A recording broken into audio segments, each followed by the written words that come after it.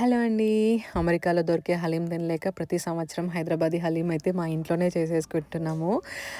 పప్పులని, మసాలాలన్నిటిని వేయించేసుకొని, పొడి పట్టుకొని పక్కన పెట్టాము. నెయ్యి అండ్ ఫ్రైడ్ ఆనియన్స్ కూడా చేసి పక్కన పెట్టాము. దాని తర్వాత మసాలాలన్నీ వేసేసుకొని ఆనియన్స్, అల్లం వెల్లుల్లి పేస్ట్, మటను అన్నీ వేసి బాగా ఉడకనిచ్చాము.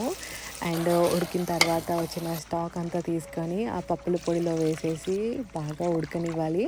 ఆ ఉడకనిచ్చిన దాంట్లోనే మన మటన్‌ని కూడా బాగా పప్పు దువ్వతో రుబ్బేసి దాన్ని తీసుకొచ్చి మటన్‌లో కలిపేసేయాలి. అస్సలు ఆ స్మెల్ అండి ఆహాహా! షాగ్ హౌస్, పిస్తా హౌస్ 2 మా ఇంట్లోనే ఉన్న ఫీలింగ్ వచ్చింది నాకైతే. ఆ నెయ్యి వేస్తున్న కొద్దీ ఇంకా ఆ స్మెల్ అయితే చాలా ఎన్హాన్స్ అయింది. ఇంకా ఉప్పేసేసుకొని ఒక గంట సేపు అలానే రుబ్బేసాము. గిన్నెలో వేసుకొని, నిమ్మకాయ ఏసుకొని, ఫ్రైడ్ ఆనియన్ ఏసి తింటుంటే అబ్బబ్బబ్బబ్బా!